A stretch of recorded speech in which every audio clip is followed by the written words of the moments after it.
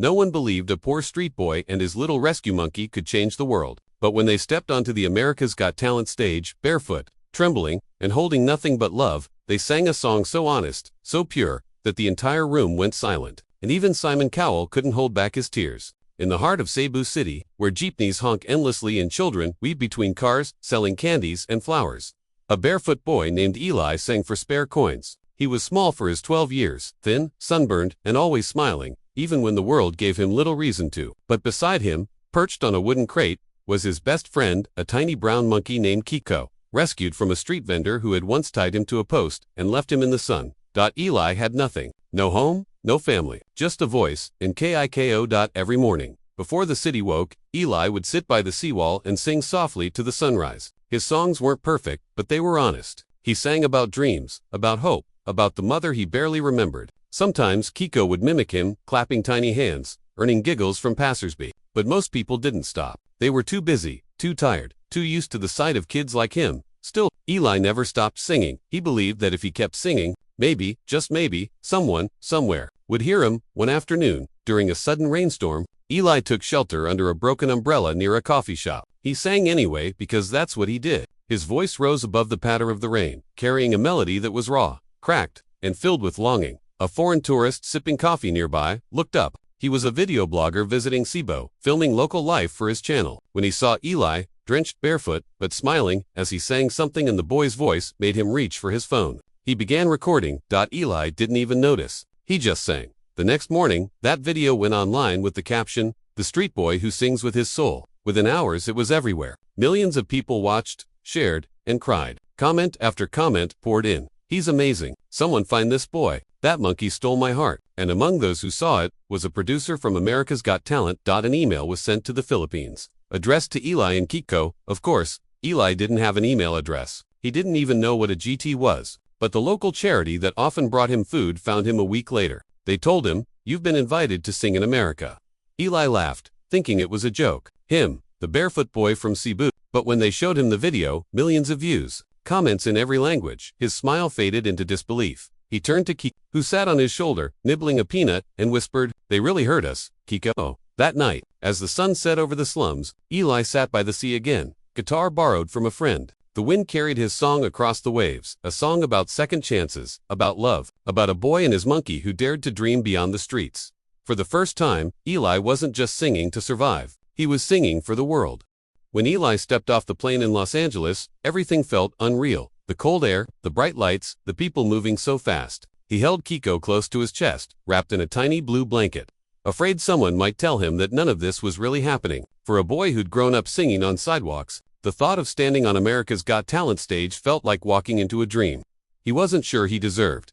The next morning, as the sun spilled over the city, Eli stood backstage, trembling. Around him, other contestants rehearsed, dancers stretching, singers warming up, magicians polishing their props. Everyone looked so confident, dressed in shining outfits, surrounded by managers and family. Eli had no one but Kiko. He wore the same white shirt he'd worn in Cebu, washed a dozen times until it was more threadbare than cloth, in a pair of second-hand jeans donated by a kind woman from the charity that brought him here. Kiko clung to his shoulder, small hands gripping his collar, eyes wide at the noise and movement around them. A stage assistant crouched to Eli's level. "Are you ready, buddy?" she asked kindly. I nodded, though his voice failed him. He took a deep breath, whispering to Kiko, "We can do this, right?" The monkey blinked and pressed his tiny palm against Eli's cheek, their silent promise. The moment the stage doors opened, Eli's heart nearly stopped. The auditorium stretched endlessly, golden lights, thousands of faces, the massive AT logo glowing behind him. The judges' table gleamed under the spotlight. Simon Cowell, Sofia Vergara, Heidi Klum, and Howie Mandel. Each one looked larger than life. He stepped forward, barefoot. The crowd murmured. A few laughed softly, surprised by the sight of a small boy and his monkey walking hand in hand. Under the blinding lights, Simon leaned into his mic. "Hello there, what's your name?" "My name is Eli," he said quietly, his accent thick, his voice trembling. "And this is Kiko." The audience chuckled affectionately. Sophia smiled. "Oh my goodness, is he your pet?" Eli shook his head. "He's my friend, I rescued him." Simon raised an eyebrow. "And what are you going to do for us today?" "I'm going to sing," Eli said. Then, after a pause, he added, "We're going to sing." Laughter rippled through the crowd again, kind, but doubtful. Simon sat back, unimpressed. "All right then, let's hear it." The music began. soft guitar chords filling the hall. Eli closed his eyes. Kiko, perched on the mic stand, tilted his head, as if listening for his cue. And then, Eli began to sing. At first, his voice was fragile, uncertain, almost breaking. The crowd quieted. He sang about home, about losing everything, about finding friendship in a world that had forgotten him. His words were simple, but they cut deep. And then, right in the middle of the second verse, Kiko started clapping to the beat, off rhythm, innocent, pure. The audience erupted in laughter and applause. Eli smiled through tears and kept singing. His voice grew stronger, fuller, rising like sunlight through clouds. By the time he hit the final chorus, the laughter had turned into tears. People stood. The judges leaned forward, stunned. When the song ended, silence hung in the air. Not because no one cared, but because no one could speak. Simon Cowell blinked, visibly emotional. That, he said softly, was something I'll never forget. Eli glanced at Kiko, who climbed back onto his shoulder and nuzzled his cheek. For the first time in his life, Eli didn't feel like the street boy from Cebu. He felt seen.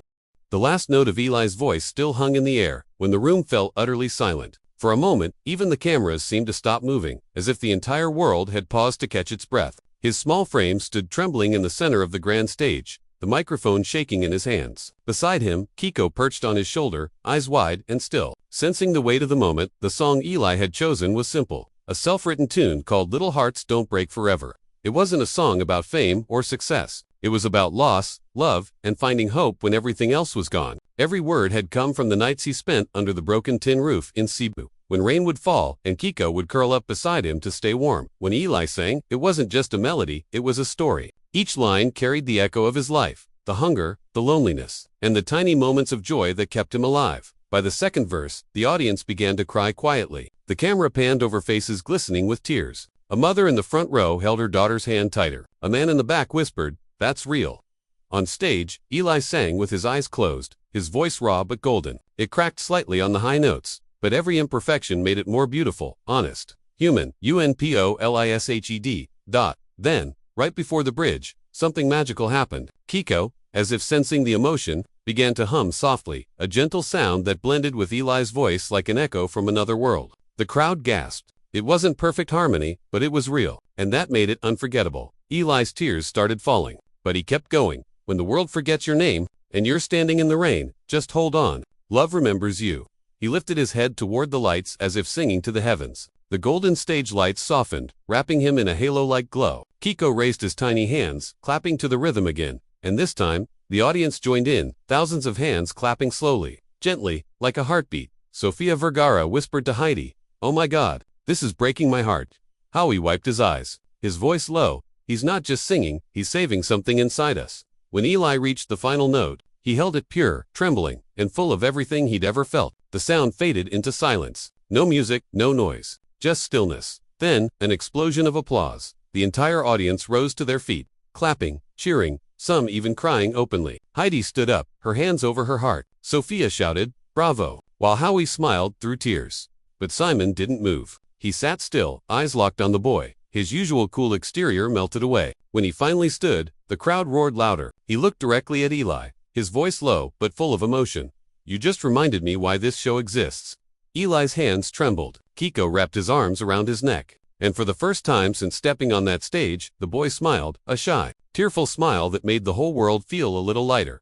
Somewhere, deep down, Eli knew that his song, their song, had done something extraordinary, that hadn't just reached the judges. It had reached the world. For a few heartbeats after the song ended, the air inside the theater felt heavy, as if everyone was afraid to breathe and break the fragile magic Eli had created. The audience was still standing, a sea of faces glowing under the soft golden lights, eyes glistening with tears. Eli wiped his face with the back of his hand. Nervous, unsure if he had done well, or if people were clapping just to be kind. Kiko, still perched on his shoulder, patted his cheek gently, his little way of saying, "You did it." Simon Cowell leaned forward, elbows on the desk, eyes still fixed on the boy. For once, his usual sharp expression was gone. He wasn't judging, he was feeling. When he finally spoke, his voice was softer than anyone had ever heard. "Eli," he said quietly, "I've seen a lot of performances in my life, but I don't think I've ever seen something so pure." The audience cheered, and Eli's lips trembled. He looked down, clutching the microphone like it was the only thing holding him up. Simon continued, "That song, it wasn't just a performance. It was a piece of your heart. And that little friend of yours," he smiled faintly at Kiko, who tilted his head curiously. "He didn't just sing with you, he felt it with you. That was magic." The camera zoomed in on Eli's face. He was fighting back tears. Sophia leaned over her microphone. "You two are unbelievable," she said, her accent rich with emotion. "You reminded all of us that love doesn't need words. It's something you feel, something you give." Howie nodded, and it came from a boy who had nothing but gave everything. Eli couldn't stop crying now. Kiko reached up and wiped one tear with his tiny paw, and the audience melted. Simon glanced down at the golden buzzer in front of him. He exhaled deeply as if the decision was already made before he even thought about it. He turned to the audience. "You know what I think?" he said softly. "I think we just witnessed something truly life-changing." Then, without another word, he stood, pressed his palm flat on the golden buzzer, and slammed it down. The golden confetti exploded from the ceiling like a storm of stars. The music swelled, triumphant, emotional, overwhelming. The audience screamed, people crying and laughing all at once. Eli gasped, covering his mouth in disbelief. Kiko leaped off his shoulder, spinning in the falling gold flakes, trying to catch them mid-air. Eli fell to his knees, hands over his face, sobbing uncontrollably as Simon walked toward the stage. When Simon reached him, he knelt down beside the boy and whispered into the mic, "Never stop singing. Eli, you were born for this." Eli hugged him tightly, unable to speak. The cameras caught the tears on Simon's face. Rare, unguarded, real. Kiko climbed onto Simon's shoulder, nuzzling against him. The crowd roared even louder, shouting Eli's name. And for that moment, that golden, breathtaking moment, the barefoot boy from the streets of Cebu wasn't poor, or forgotten, or invisible. He was seen. He was loved. He was golden. The next morning, the world woke up to a miracle. Clips of Eli and Kiko's golden buzzer moment spread across every corner of the internet. Millions of views. Millions of hearts touched. Headlines read, "The boy who sang with his monkey." A friendship that moved Simon Cowell to tears. And from street to stardom, the song that changed everything. In the small barangay of Cebu, where Eli grew up, neighbors gathered around a tiny TV in the local store, their eyes wide with pride. Children pointed at the screen, shouting, "That's Eli. That's our Eli." While mothers wiped tears from their cheeks. The same streets that once echoed with the sound of his singing for coins now rang with laughter and joy. Back in his dressing room, Eli sat quietly, staring at his reflection in the mirror. The stage makeup had smudged from tears, but his eyes, they were alive. Kiko sat beside him, holding a banana someone had given him, peeling it clumsily, looking proud in his own little way. Eli smiled faintly. "We did it, buddy," he whispered. Kiko squeaked softly and hugged Eli's arm, resting his tiny head on the boy's shoulder. Just then, there was a knock on the door. Simon Cowell stepped in, carrying a small envelope. "Hey, champ," he said with that rare, genuine smile. "I wanted to give you this." Eli opened it. Inside was a handwritten note. "Never forget where you came from, but never doubt where you're going. You've got something the world needs. Hope." Eli's throat tightened. He looked up, eyes wet. "Thank you, sir," he whispered. Simon nodded, then crouched down and gave Kiko a gentle pat on the head. "And you," Simon said with a smirk, "you're the best manager I've ever seen." When Eli walked out of the studio later that evening, the sun was setting warm, golden, the same color as the confetti that had fallen the night before. He looked up at the sky, his guitar strapped to his back, and felt something he hadn't felt in years. Peace. Days turned into weeks. And the story of Eli and Kiko became a symbol of hope around the world. Schools played his Audition to teach children about kindness. News anchors spoke about his courage. People in faraway countries donated to help kids like him, children who had talent but no platform, dreams but no support. Eli and Kiko were invited back to perform in the AGT finale. This time, they weren't nervous. They walked on stage hand in hand, boy and monkey, under a rain of golden light. The audience rose before he even sang a note. As Eli strummed the first chord, he closed his eyes and whispered, "This one's for everyone who ever felt invisible." And when his voice rose, clear, pure, filled with every ounce of love and pain he had ever carried, the world listened, not to a street boy, not to a performer, but to a soul reminding us all that love, in its simplest form, can change everything.